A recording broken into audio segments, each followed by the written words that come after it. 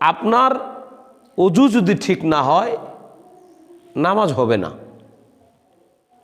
অনেককে দেখা যায় অজুতে খুব তাড়াহুড়া হয়। না, অজুতে কোনো তাড়াহুড়া নেই। ধীর এবং স্থির গতিতে সুন্দর করে অজু করতে হবে। অজু যদি সুন্দর হয় নামাজ সুন্দর হবে ইনশাআল্লাহ। আর অজুর কারণেই তো আপনার অঙ্গ প্রত্যঙ্গগুলি কিয়ামতের ময়দানে চমকাইতে থাকবে, আলোকিত হয়ে যাবে। আপনার হাত, আপনার মুখমণ্ডল, আপনার পা কিয়ামতের ময়দানে আপনি যে প্রকৃত অজুকারী, আপনি যে প্রকৃত সলাত আদায়কারী তার প্রমাণ হবে আপনার অজু দিয়ে। অজু যদি ঠিক হয়ে থাকে আপনার মুখমণ্ডল, আপনার হাত, আপনার চেহারা, আপনার পাগুলি হাজার পাওয়ারের বাল্বের আর কত আলো হতে পারে তার চাইতে আপনার চেহারা বেশি আলোকিত হয়ে যাবে। এ ব্যাপারে বুখারী মুসলিমের হাদিস, গুররাল মুহাজ্জালিনা মিন আসারিল উযু ফামান ইসতাতা মিনকুম আইয়ুতিলা গুররাতাহু ফালইফআল যালিকা মুত্তাফাকুন আলাইহি। এই জন্যই অজু করতে অজুর জায়গাগুলি যাতে শুকনা না থাকে, পারলে কোনই পর্যন্ত ধোয়ার কথা শুনছেন একটু বেশি করবেন, তার দলিল আছে। বেশি করার দলিল আছে, কম করার তো দলিল নাই। যত বেশি একটু এদিকে ধুইতে পারবেন তত আপনি আপনার এই হাতটা আল্লাহর কাছে বেশি আলোকিত দেখাইতে পারবেন। আর কিয়ামতের ময়দানে যাদের সুন্দর অজু তাদেরকেই আল্লাহ রাব্বুল আলামিন 8টা জান্নাতের দরজা খুলে দিবেন। যে দরজা দিয়ে ইচ্ছা সেই দরজা দিয়ে ঢুকে যাবেন। এই জন্যই অজুতে কোনো তাড়াহুড়া ব্যস্ততা নয়, অজু যেন সুন্দর হয়।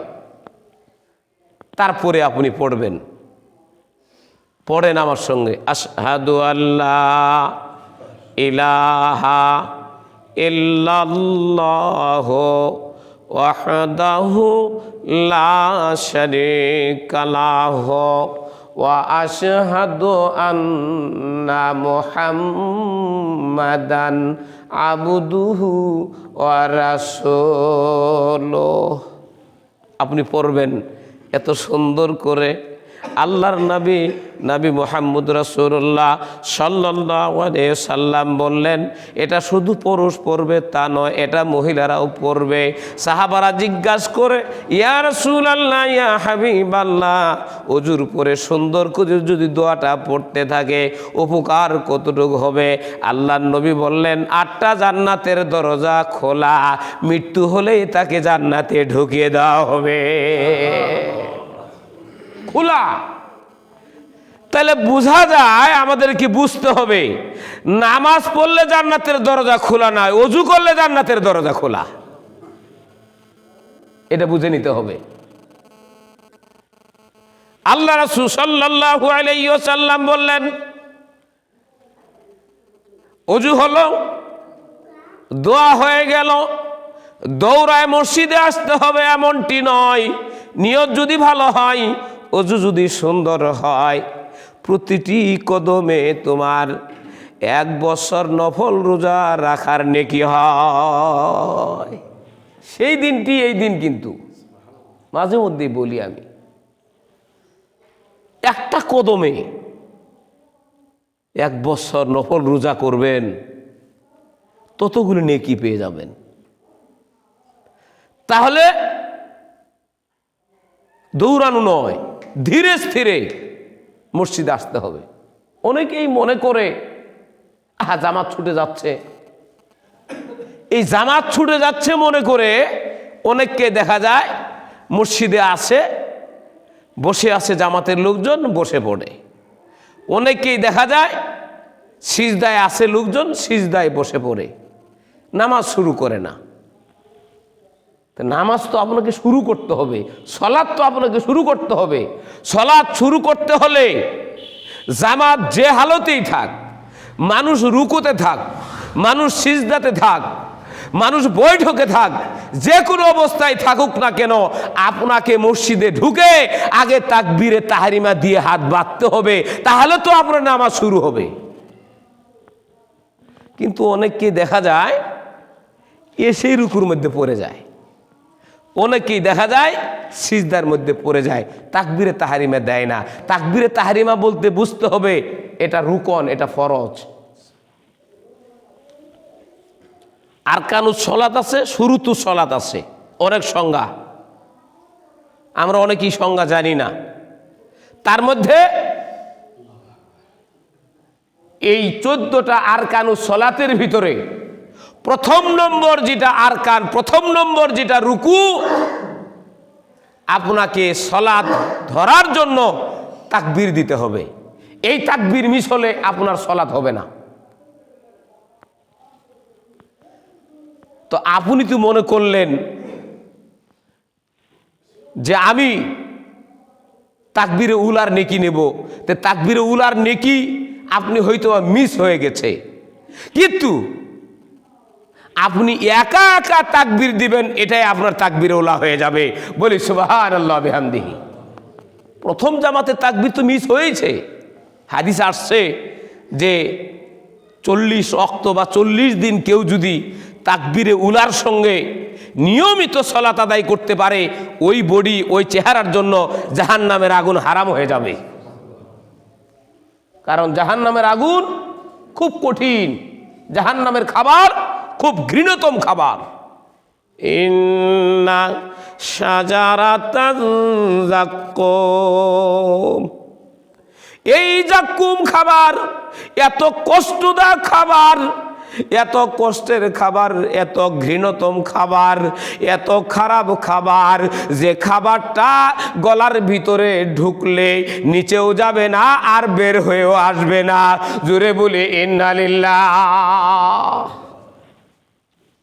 কঠিন একটা খাবার, মানুষ একনিষ্ঠ হতভম্বিত আশ্চর্য হয়ে যাবে, কাঁদবে, চিল্লাবে, বারবার বমন করতে যাবে, হাত ঢুকায় দিবে, এইখানে তুই বের হয়ে আস। আল্লাহ বলেন না না, জাহান্নামীদের খানা মুখে ঢুকিয়ে দেওয়া হবে, হুলকুমে গলায় আটকে যাবে, আর জীবনেও সেটা কষ্টের মধ্যে বের করতে পারবে না। যতই ঢুকি চিপবে, ওই খানার নিচেও নিতে পারবে না। এত কঠিন খাবার, এটা এত কষ্টদায়ক খাবার। সম্মানিত উপস্থিতি, এটা শুধু পুরুষদের জন্য খাবার না, মহিলাদের জন্য এই খাবার। তো এই খাবার যাতে আমাদের খেতে না হয়, তার আগেই আমাদেরকে প্রকৃত মুসলিমের পরিচয় দিতে হয়। আর মুসলিম যদি হতে পারি, ইমানদার যদি হতে পারি, জীবনে আমার মুখে ওইরকম জাক্কুম খাবার আসবে না, ইনশাআল্লাহ আসবে না। কারণ প্রকৃত ইমানের বদলেই তো ওযু করলো, মসজিদে ঢুকলো, তাকবীরে উলা দিয়ে সালাত শুরু করলো, এর মাধ্যমেই যতটুকু ইমান তৈরি হয়েছে, রাসূল বলছেন সেই ইমানটা যদি একটা সরিষার দানা পরিমাণও হয়, তারপরেও তাকে জাহান্নাম থেকে বের করে জান্নাত দেওয়া হবে ইনশাআল্লাহ। এটাও মুসলিম শরীফের হাদিস। ইয়াখরুজু মিনান নারি মান কানা ফি কলবিহি মিসকালা যাররাতুম মিন ঈমান। আল্লাহর নবী মুহাম্মদুর রাসূলুল্লাহ সাল্লাল্লাহু আলাইহি ওয়াসাল্লাম বললেন, ওই সরিষার দানা পরিমাণ ঈমানের যে কত দাম, এটা যদি মুসলমান বুঝতো, তাহলে মুসলমানের বিপদে আপদে সর্বক্ষণ আল্লাহ শব্দ মুখ থেকে বের হয়ে যেত। কিন্তু সামান্য ঈমান আছে কিনা আমাদের সন্দেহ। কারণ হঠাৎ করে কাটা গেছে, রক্ত বের হয়, ও আল্লাহ গো, না বলে ও মা গো ও বাবা গো বলে। বুঝতে হবে। সাহাবায়ে কেরাম বললেন, ইয়া রাসূলুল্লাহ, ইয়া হাবিবাল্লাহ, ঈমান কত দামি জিনিস। আল্লাহর নবী বললেন, ঈমান এত দামি জিনিস, মুসলমান রক্ত দেখবে, মুসলমানের হাত কেটে যাবে, মুসলমানের পা কেটে যাবে, মুসলমানের বাবা মারা যাবে, মুসলমানের মা মারা যাবে, যেই মুহূর্তে শুনবে ওই মুহূর্তে ইন্না লিল্লাহ বলবে। রক্ত দেখে মা গো বাবা গো শব্দ ঈমানদার যদিও হয় বের হবে না। জোরে বলি সুবহানাল্লাহ। আমাদের তো অনেকেরই আল্লাহ শব্দ বের হয় না, ও মা গো ও বাবা গো এরকম শুরু করে দেয়, হায় হায় এরকম শব্দ শুরু করে দেয়। কারণ আল্লাহ তো বলছেন, ওয়াইদা আসাবাতুহুম মুসিবা ক্বালু ইন্না লিল্লাহি ওয়া ইন্না ইলাইহি রাজিউন। মুসলমান যখন ওই মুসিবতে পড়বে, মুসলমান যখন ওই বিপদে পড়বে, মুসলমান যখন ওই রক্তাক্ত হবে, মুসলমান যখন ওই যে কোনো জটিল সমস্যায় পড়বে, ওই মুহূর্তেই আল্লাহর নাম বের হয়ে আসবে, বোঝা যাবে তার ঈমান ভিতরে আছে, আর এই ঈমানের বদলতে আল্লাহ তাকে জান্নাত দিয়ে দিবে। আর ঈমান তৈরি হওয়ার জন্য আল্লাহর কাছে কামনা করতে হবে। আমরা অনেকেই অনেক সময় বলি, এত ওয়াজ হচ্ছে, হেদায়েত তো হচ্ছে না। প্রায় লোকই এখন বলে, ওয়াজ যত বেশি হচ্ছে মানুষজন আরো খারাপ বেশি হচ্ছে।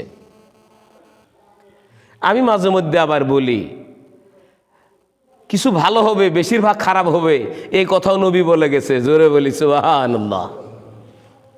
যদি খারাপ না হয় তা নবীর কথাও মিথ্যা হয়।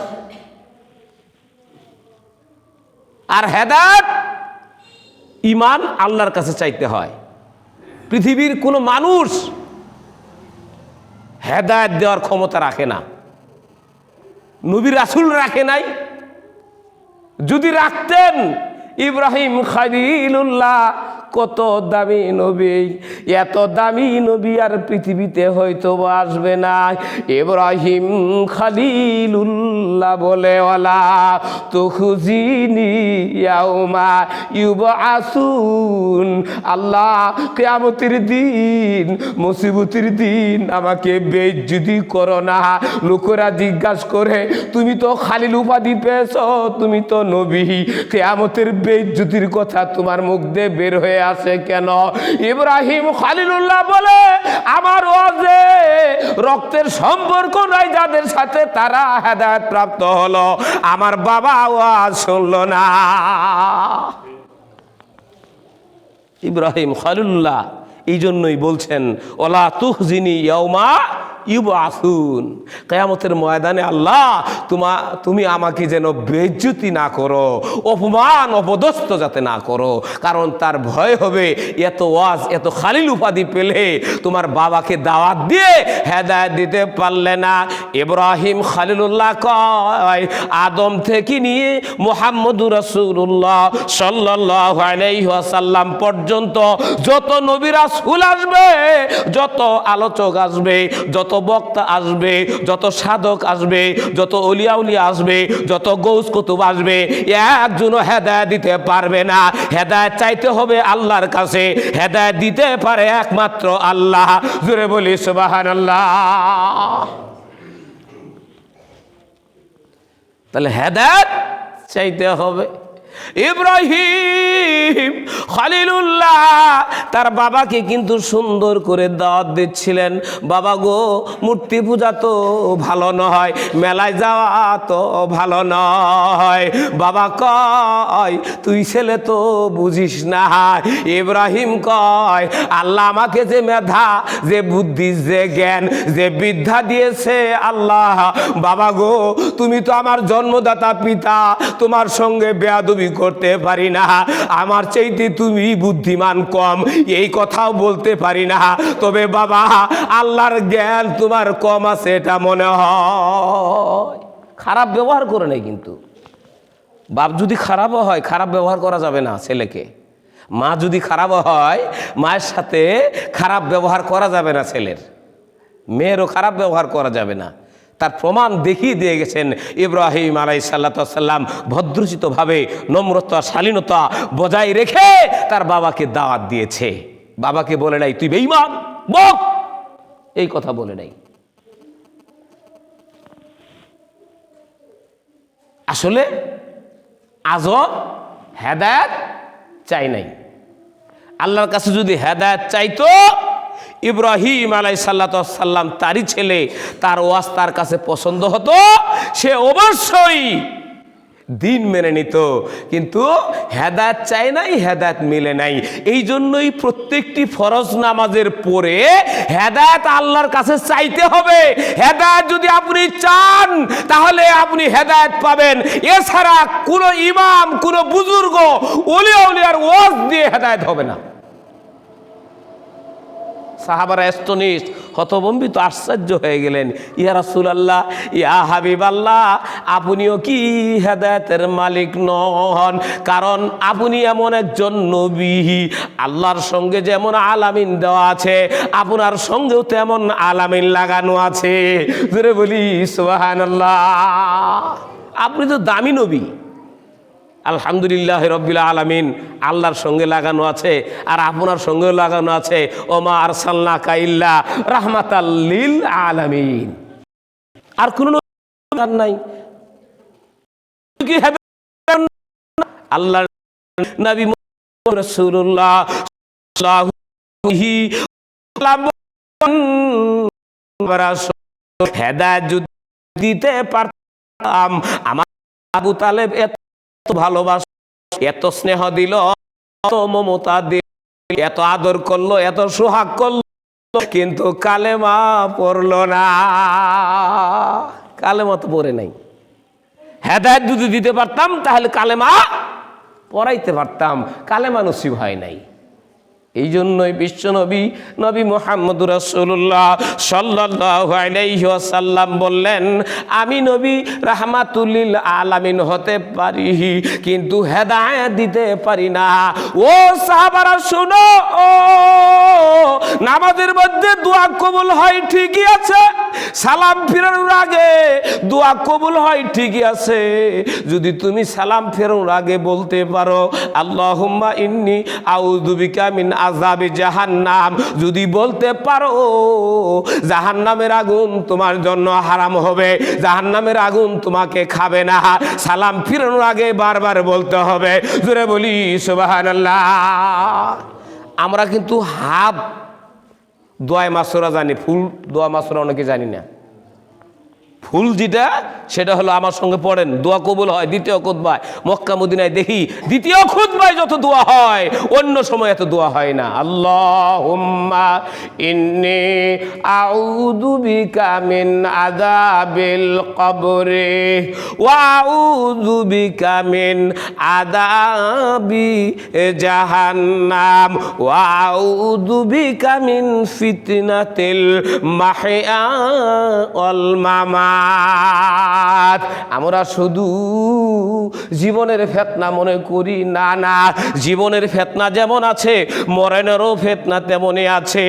এই জন্য আল্লাহর নবী কয় মরণটা বড় বিপদ হয়। মরণের সময় তোমার মুখটা যেন কালো না হয়, মরণের সময় তোমার মুখটা যেন বাঁকা না হয়, মরণের সময় তোমার চেহারাটা যেন ঘাম যুক্ত হয়। মরণের সময় সামান্য ঈমান, ওই সরিষা পরিমাণ ঈমান যদি থাকে, ওই ঈমানের বদলতে তোমার মুখে কালেমা লা ইলাহা ইল্লাল্লাহ বের হয়ে আসবে। সামান্য ঈমান যদি থাকে তারই বদলতে বের হয়ে আসবে। মুখস্থ করাই দিতে হবে না কাউকে। সম্মানিত উপস্থিতি, বলতেছিলাম তাহলে ঈমান বড় দামি জিনিস, ঈমান বড় মূল্যবান জিনিস। ঈমান নাই ওই নামাজের কোনো দাম নাই, ঈমান নাই দান খয়রাতের কোনো দাম নাই, ঈমান নাই রোজার কোনো দাম নাই। কারণ রোজা তো হিন্দুরাও রাখে, আমরা সিয়াম বলি, ওরা রোজা বলে, ওরাও রোজা রাখে। ওদের একটা সিস্টেম আছে, খুতবার ভিতরে হয়তো বা অত কথা বলার সুযোগ হবে না। তাহলে ওদের ঈমান নাই, ওরা রোজা রাখে, আমাদের ঈমান আছে। আমরা যদি সিয়াম সাধনা পালন করতে পারি, এই সিয়াম আপনার পক্ষে কথা বলে আপনাকে জান্নাতে নেবে। দলিল এগুলো। সিয়ামও কথা বলবে, সলাতও কথা বলবে, যাকাতও কথা বলবে, সদকাও কথা বলবে, আপনার হাত কথা বলবে, আপনার পা কথা বলবে, আপনার রান কথা বলবে, আপনার চামড়া কথা বলবে। কোরআন এগুলোর প্রমাণ। সম্মানিত উপস্থিতি, আমি বলতেছিলাম আল্লাহর নবী নবী মুহাম্মদ রাসূলুল্লাহ সাল্লাল্লাহু আলাইহি ওয়াসাল্লাম বললেন, পৃথিবীতে এমন কোন নবী, এমন কোন রাসূল আসে নাই যে কাউকে হেদায়েত দিতে পারছে। হেদায়েত যদি দিতে পারত, নূহ আলাইহিস সালাতু ওয়াস সালামের মতন বয়স দাওয়াতের কোন নবী পায় নাই। নূহ আলাইহিস সালাতু ওয়াস সালামের মতন দাওয়াতের বয়স কোনো নবী পায় নাই। কারণ ৯৫০ বছর পর্যন্ত দাওয়াত দেয় আর দাওয়াত দেয়। আফসোস করে বলে, আমি নূহকে এত বয়স দিল, এত দাওয়াতের সুযোগ দিল, এই দাওয়াতের মধ্যে আমার বউটাও সবচাইতে বেশি খারাপ হলো। জুড়ে বলি ইন্না লিল্লাহ। এগুলো কোরআনের প্রমাণ এগুলো। তাহলে নূহ আলাইহিস সালামকে যদি জিজ্ঞাসা করা হয়, এত সময় এত বয়স তোমাকে দেওয়া হলো, কয়টা তুমি হেদায়েত দিয়েছ? নূহ আলাইহিস সালাম বলেন, না না, পৃথিবীর কোন নবী রাসূল হেদায়েত দিতে পারে না। যদি হেদায়েত দিতে পারতাম, আমি নূহ নবী আমার বউটাকে ভালো করতে পারতাম, আমি নূহ নবী আমার ছেলেটাকে ভালো করতে পারতাম। কিন্তু আমি নূহ নবী ৯৫০ বছর দাওয়াত দেওয়ার পরেও আমার ছেলে কেনানকে ভালো করতে পারি নাই। জুড়ে বলি ইন্না লিল্লাহ। এরকম সিলসিলা অনেক আছে। তা আপনারা তো বলেন, কয়টা মানুষ ভালো করলেন? নবী রাসূলরাই পারে নাই, আম্বিয়া কেরামরা পারে নাই। আপনার ইমাম কেমনে পারে, আমি কেমনে পারি, বর্তমান বুজুর্গরা কেমনে পারে, উলিয়া উলিয়ারা কেমনে পারে, গৌস কুতুরা কেমনে পারে? পারবে না তো। হেদায়েত আপনাকে চাইতে হবে। আল্লাহ রাসূলের সাহাবারা রাসূলকে জিজ্ঞাসা করলেন, ইয়া রাসূলুল্লাহ, ইয়া হাবিবাল্লাহ, হেদায়েত যদি আল্লাহর কাছে চাইতে হয় কোন দোয়াটা তাহলে পড়তে হয়? নবী কই, যত ব্যস্ততাই তোমার থাকুক না কেন, যত তাড়াহুড়া থাকুক না কেন, যত চাকরি, যত ব্যবসা, যত বাণিজ্য তোমার থাকুক না কেন, এই ব্যবসা বাণিজ্য চাকরির মধ্য দিয়ে যখন তুমি নামাজ পড়েছ, সলাত পড়েছ, এই সলাতের পরে আল্লাহর কাছে প্রতিবার হেদায়েত চাইবা। যদি হেদায়েতের দোয়া আল্লাহর দরবারে কবুল হয়, আবু বকর রাদিয়াল্লাহু তাআলা আনহুর সঙ্গে তোমার জান্নাত হয়। তাহলে হেদায়েত চাইতে হবে। সাহাবারা বললেন, ইয়া রাসূলুল্লাহ, ইয়া হাবিবাল্লাহ, হেদায়েতের দোয়াটা তো তাহলে জানার দরকার। নবী কয়, হ্যাঁ, ভালো করে শুনে নাও, ভালো করে শিখে নাও, হেদায়েতের দোয়াটা পড়ে নাও।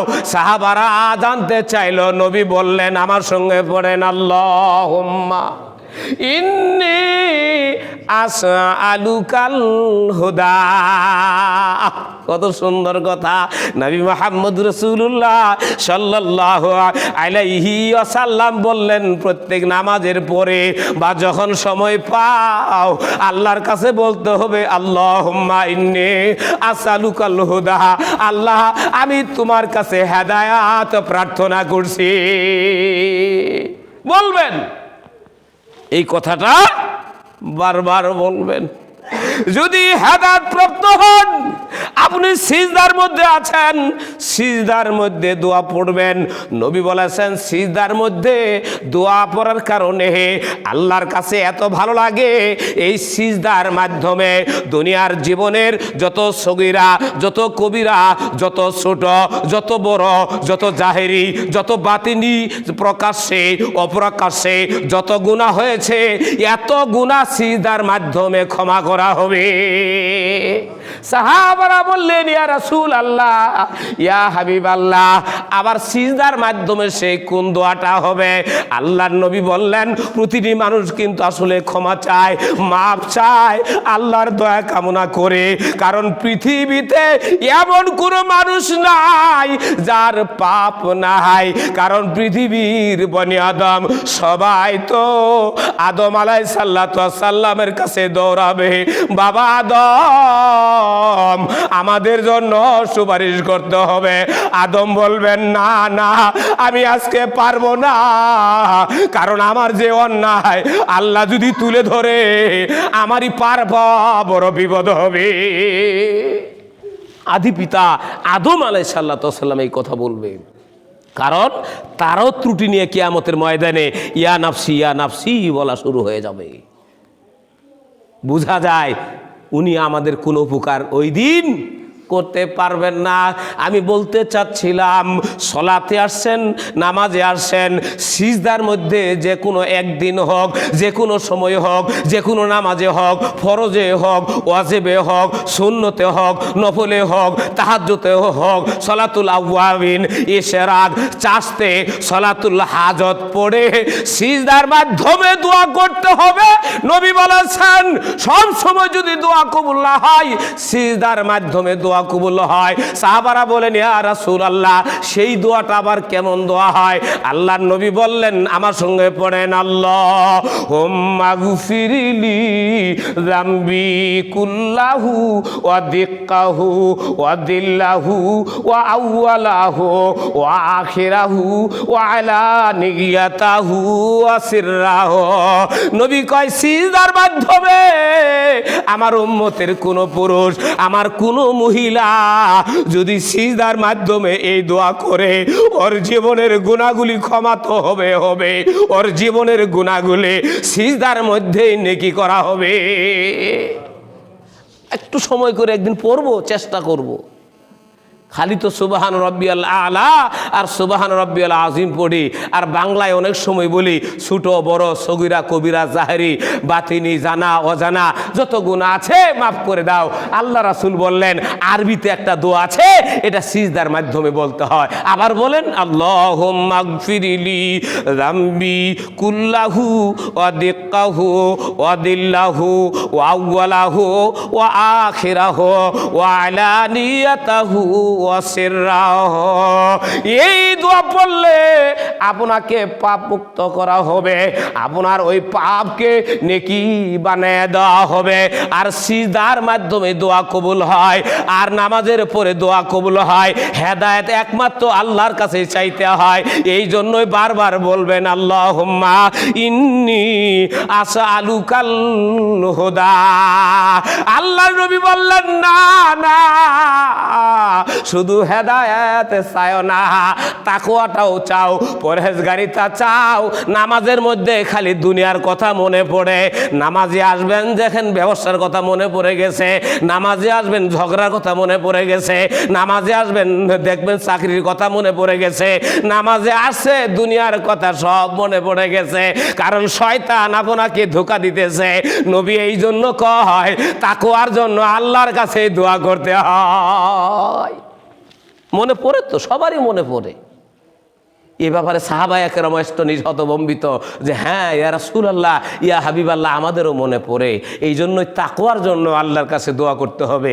আল্লাহুম্মা ইন্নী আসআলুকাল হুদা, তারপরে আত-তাকওয়া। কত সুন্দর কথা নবী শিখায় দিয়ে গেছেন। তাকওয়ার দোয়া বেশি বেশি করবেন, আপনি নামাজে একটা মনোনিবেশ পাবেন, আপনার নামাজের ভিতরে একাগ্রতা চলে আসবে। আপনার নামাজের ভিতরে হয় আপনি আল্লাহকে দেখছেন, না হয় আল্লাহ আপনাকে দেখছে। আপনার সিজদার স্থানে দুটি চোখ থাকতে হবে। কেন দুটি চোখ থাকতে হবে? রাসূল সাল্লাল্লাহু আলাইহি ওয়াসাল্লাম বলেছেন, তুমি সিজদার দিকেই চোখ দুটি রাখবে। কেন রাখবে? যে হয় তুমি আল্লাহকে দেখছো, আল্লাহকে তো আমি দেখছি এটা মনে পড়ে না, কিন্তু আল্লাহ তোমাকে দেখছে এটা মনে করে সিজদার দিকেই তাকায় থাকবা। ডানে তাকা থাকা যাবে না, বামে তাকান যাবে না, সামনে বহুদূর পর্যন্ত দেখবেন, তাও ঠিক হবে না। নামাজে আসলে মনোনিবেশ আসে না, সিজদার দিকে মন থাকে না। আপনি যেই মুহূর্তে তাকবীরে তাহারিমা দিবেন ওই মুহূর্তে আপনি সিজদার স্থানে। ব্যতিক্রম শুধুমাত্র যখন তাশাহুদ পড়তে থাকবেন, যখন তাশাহুদ পড়বেন এই আঙ্গুলি ধরে রাখেন, না হয় একটি করে নড়ান, ওই সময় সিজদার দিকে আর চোখ নয়, ওই সময় এই আঙ্গুলির দিকে আপনার চোখ দুটি থাকবে। এই আঙ্গুলি নড়াচ্ছেন মানে শয়তানকে হামলা করতেছেন। জোরে বলি সুবহানাল্লাহ। এটা দিয়েও শয়তানকে আঘাত করা হয়, হামলা করা হয়। তাহলে আপনি তো এই মনোনিবেশ করেনই না যে আমি আজকে সলাতে দাঁড়িয়েছি, আল্লাহ আমাকে দেখছেন, না হয় আমি আল্লাহকে দেখছি। আল্লাহ সলাতের মাধ্যমে আমার দুটি চোখ যেখানে সিজদা পড়বে সেখানেই রাখছি। এই সিস্টেমে, এই তরিকায় নামাজ পড়তে হবে। প্রথম বলছিলাম হেদায়েত, দ্বিতীয় নম্বর তাকওয়া, আল্লাহর কাছে চাইতে হবে। তাকওয়া দেওয়ার মালিক, পরহেজগারিতা দেওয়ার মালিক আল্লাহ। আমার সঙ্গে আবারও পড়েন, আজকের এই তাকওয়া তার কারণে আল্লাহ তাকওয়া দিতে পারে। আল্লাহুম্মা আতি নাফসি তাকওয়াহা ওয়া যাক্কিহা আনতা খায়রু মান যাক্কাহা আনতা ওয়ালিয়ুহা ওয়া মাওলাহা। আল্লাহ, আজকে তোমার কাছে আমি তাকওয়া প্রার্থনা করছি। আমার এই আত্মার পরিশুদ্ধতা আমি আল্লাহ কামনা করছি। আমার এই আত্মার ভিতরে যাতে তাকওয়া স্থান পায়, আমার এই আত্মার ভিতরে যাতে পরহেজগারিতা স্থান পায়, আমার বিদ্যা বুদ্ধিতে কারো যেন কোনো ক্ষতি হয় না। জোরে বলি সুবহানাল্লাহ। তাকওয়া কামনা করি আর ক্রিমিনালি করি, কেমনে কার ক্ষতি করা যায়, এরই নাম তাকওয়া, এরই নাম ইমানদারি। হ্যাঁ, আসছে আপনার কাছে ভালো একটা পরামর্শ নেওয়ার জন্য, আপনি মন পরামর্শ দিলেন যাতে বেকায়দাই পড়ে, জনগণ বেকায়দা পড়লে আরো সুযোগ খুঁজে এমনি কেমনে একে ধ্বংস করা যায়, একে কেমনে ক্ষতিগ্রস্ত করা যায়। এর নাম মুসলমান, ইমানদার না। কারণ আল্লাহ রাসূল সাল্লাল্লাহু আলাইহি সাল্লাম বলেছেন, মান নাফাসা কুরবাতাম মিন কুরবিদ দুনিয়া নাফাসাল্লাহু আনহু কুরবাতাম মিন কুরবি ইয়াউমাল কিয়ামা। দুনিয়াতে কোনো মুসলমানকে যদি বিপদ থেকে রক্ষা করতে পারে, আল্লাহ কিয়ামতের ময়দানে মহা বিপদ থেকে রক্ষা করে জান্নাত দিয়ে দিবে। কিন্তু আমরা তো এমন ক্রিমিনাল, এখন আর ক্রিমিনাল কয় না, মোস্ট ক্রিমিনাল। এত বড় জঘন্য মানুষ আমরা। নামাজও পড়ি, রোজাও করি, টুপি আছে, পাগড়ি আছে, পায়জামা আছে, জুব্বা আছে, অনেক কিছু আছে, কিন্তু ভিতরটা ভালো হয় নাই, তাকওয়া নাই, ঈমান নাই, পরহেজগারিতা নাই। এই জন্যই ক্রিমিনালি দূরভূত হয় নাই। ক্রিমিনাল মানে বদমাইশ, ক্রিমিনাল মানে গাদ্দার। এটা ভালো করে বুঝে নেবেন। আমাদের দেশের কিসের মহিলা আর কিসের পুরুষ, কিছু গাদ্দার আছে, অন্যায়কারী আছে, কিছু বেবিচারী আছে, এরকম বহু আছে। সাবধান, আপনার সামান্য ইমানের অনেক দাম, তাকওয়ার পরহেজগারিতার অনেক দাম আপনার। এই তাকওয়া নষ্ট করেন না, গাদ্দারি করেন না, আপনি কারো ক্ষতি করার চেষ্টা করেন না। কারো দোষ থাকতেই পারে, দোষ ছাড়া পৃথিবীতে মানুষ আসে নাই। তাই বলে এই ফতোয়া দিচ্ছি না যে দোষ করেই যাবেন, এটা আমি বলছি না। দোষ থেকে বাঁচতে হবে, তারপরেও যদি দোষ হয়ে যায়, তারপরেও যদি ত্রুটি হয়ে যায়, সেটা আল্লাহর ব্যাপার হলে আল্লাহকে বলবেন, আল্লাহ আমি গুনাহগার, আমি পাপাচার, ক্ষমা চাই তোমারই দরবারে, আল্লাহ আমাকে ক্ষমা করতে হবে। আল্লাহ বলছেন অবশ্যই আমার দয়া আছে, দয়ার বদলতে বান্দা যখন দুটি ফোঁটা চোখের পানি ছেড়ে দিয়ে আমি আল্লাহর কাছে ক্ষমা চাই, দুনিয়ার জীবনের সব গুনাহ মাফ হয়ে যায়। সেই আল্লাহ গাফুর ও গাফফার, সেই আল্লাহর দয়া। আল্লাহর দয়া 100টা দয়ার মধ্যে একটা দয়া দিয়ে আমাদেরকে লালন পালন করছে। এই একটা দয়ার ভিতরে দেখা যায়, হাই রে, কুকুর নিজেই খাবার পায় না, তারপরেও বাচ্চা প্রসব করছে। বাচ্চা প্রসব করার পরে ওরই হাড্ডি সার, ওরই চামড়া উঠে গেছে, চুল উঠে গেছে, তারপরেও খাদ্য মুখে ধরে নিয়েছে। 5টা বাচ্চা কেমনে লালন পালন হবে, নিজে বমন করে বাচ্চাকে খাওয়াইতেছে। এটা আল্লাহর একটা দয়ার বদলতে হচ্ছে। জোরে বলি সুবহানাল্লাহ বিহামদিহি। চিন্তা করে দেখেন, একটা দয়া যদি না থাকতো, কুকুর নিজে না খায় বাচ্চাকে খাওয়াইতো না।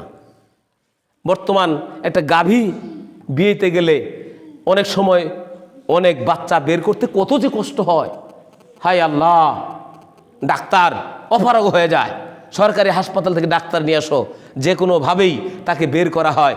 গাভীর জিহ্বা পর্যন্ত বের হয়ে যাচ্ছে, কতই না জানি কষ্ট পাচ্ছে।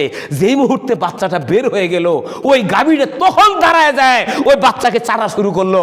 আল্লাহ বলছে একটা রহমতের বদলতে এই গাভীর বাচ্চার প্রতি এত দরদ হয়েছে। জুড়ে বলি সুবহানাল্লাহ বিহামদিহি। সম্মানিত উপস্থিতি, কিন্তু মানুষের সেই দয়া কমে গেছে।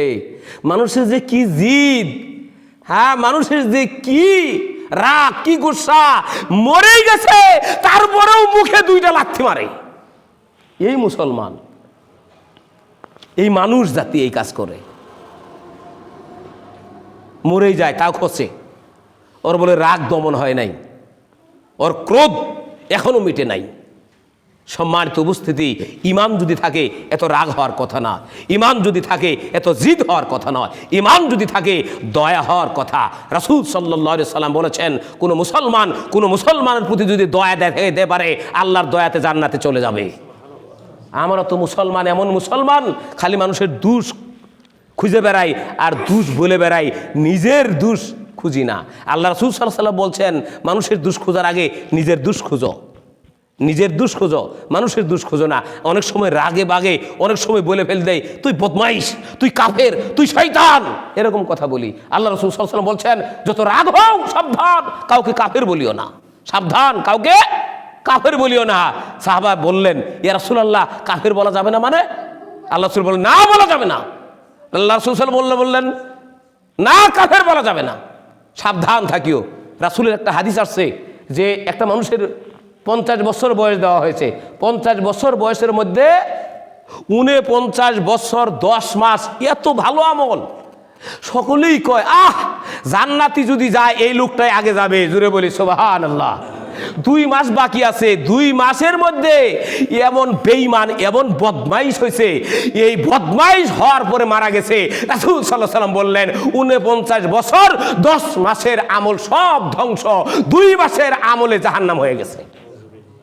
কিসের আস্ফালন করেন আপনি? কিসের বাহাদুরি তাকাব্বুরি করেন? রাসূল সাল্লাল্লাহু আলাইহি ওয়াসাল্লাম বললেন, আরেকটা মানুষকে 50 বছর বয়স দেওয়া হয়েছে। 50 বছর বয়সের মধ্যে 49 বছর 10 মাস, এত খারাপ আমল। মানুষ কয় এটা মানুষের তালিকায় পড়ে না, মানুষ সর্বশেষ বলে এটা কোনো মানুষের তালিকায় পড়ে না। কিন্তু আর মাত্র 2 মাস বাকি আছে। এই 2 মাসের মধ্যে এমন তওবা, এমন ভালো কাজ শুরু করে দিয়েছে। আল্লাহ কয় 49 বছর 10 মাসের যত খারাপ আমল ছিল সব ধ্বংস হয়ে 2 মাসের আমলের কারণে জান্নাত হয়ে গেল।